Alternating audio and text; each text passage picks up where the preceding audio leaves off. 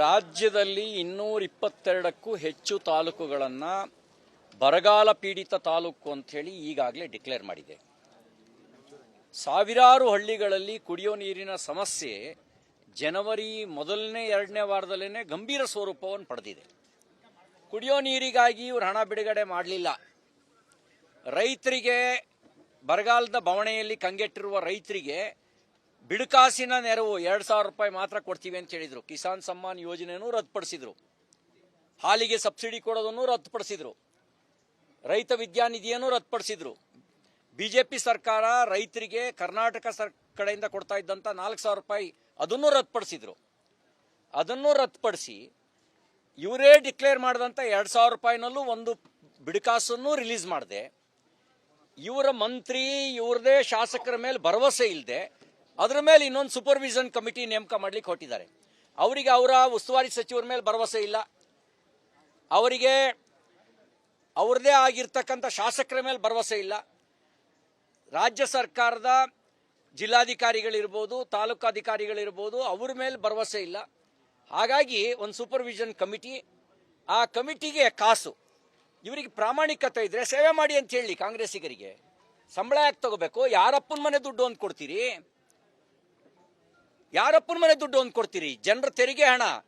ನೀವು ದುಡ್ಡು ಕೊಟ್ಟು ಮಾನಿಟರ್ ಮಾಡಬೇಕಾದ ಅವಶ್ಯಕತೆ ಇಲ್ಲ.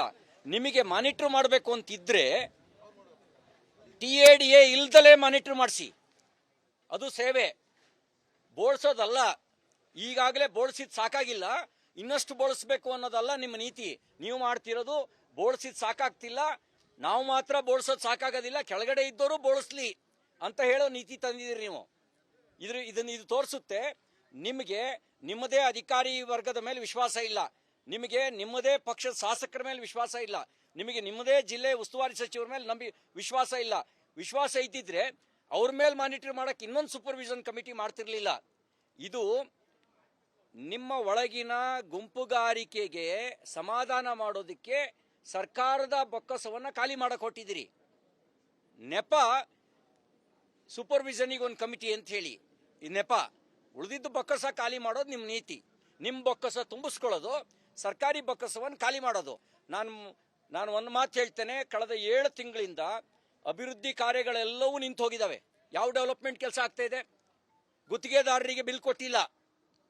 ಗುತ್ತಿಗೆದಾರರು ಆತ್ಮಹತ್ಯೆ ಮಾಡ್ಕೊಳ್ಳೋದು ಬಾಕಿ ಇದೆ. ಗುತ್ತಿಗೆದಾರರಿಗೆ ಬಿಲ್ ಕೊಟ್ಟಿಲ್ಲ. ಒಂದ್ರ ಮೇಲೆ ಒಂದು ಕಮಿಟಿ ಅಂತ ನೇಮಕ ಮಾಡಿ ಆ ಕಮಿಟಿ ಕಡೆಯಿಂದ ವಸೂಲಿ ಮಾಡೋ ಕೆಲಸ ಮಾಡ್ತಾ ಇದ್ದಾರೆ. ಒಂದ್ರ ಮೇಲೆ ಒಂದು ತನಿಖೆ ನಡೆಸೋದಕ್ಕೆ ಸಮಿತಿ ಮಾಡೋದು, ಆಮೇಲೆ ಹಿಂದ್ಗಡೆ ತೆರೆಮರೆಯಲ್ಲಿ ಕೂತ್ಕೊಂಡು ಮೀಟಿಂಗ್ ಮಾಡಿ ವಸೂಲಿ ಮಾಡೋದು. ಈ ಕೆಲಸವನ್ನು ಮಾಡ್ತಾ ಇದ್ದಾರೆ. ಈ ಕೆಲಸವನ್ನು ಮಾಡ್ತಾ ಬೊಕ್ಕಸವನ್ನು ಲೂಟಿ ಹೊಡಿಲಿಕ್ಕೆ ಕೊಟ್ಟಿದ್ದಾರೆ. ಲೂಟಿ ಹೊಡೆಯೋಕೆ ಒಂದು ಕಮಿಟಿ ನೇಮಕ ಮಾಡ್ಕೊಂಡಿದ್ದಾರೆ. ಅನುಕ್ಷಣದ ಸುದ್ದಿಗಳಿಗಾಗಿ ವಿಸ್ತಾರ ನ್ಯೂಸ್ ಯೂಟ್ಯೂಬ್ ಚಾನೆಲ್ ಸಬ್ಸ್ಕ್ರೈಬ್ ಮಾಡಿ. ಹೊಸ ಸುದ್ದಿಗಳ ನೋಟಿಫಿಕೇಶನ್ಗಾಗಿ ಬೆಲ್ ಐಕಾನ್ ಕ್ಲಿಕ್ ಮಾಡಿ. ಲೇಟೆಸ್ಟ್ ಅಪ್ಡೇಟ್ಸ್ಗಾಗಿ www.vistaranews.com ವೆಬ್ಸೈಟ್ಗೆ ವಿಸಿಟ್ ಮಾಡಿ. ಅಂಗೈಯಲ್ಲೇ ಜಗತ್ತಿನ ಸುದ್ದಿ ತಿಳಿಯಲು ವಿಸ್ತಾರ ನ್ಯೂಸ್ ಕನ್ನಡ ಆಪ್ ಡೌನ್ಲೋಡ್ ಮಾಡಿ.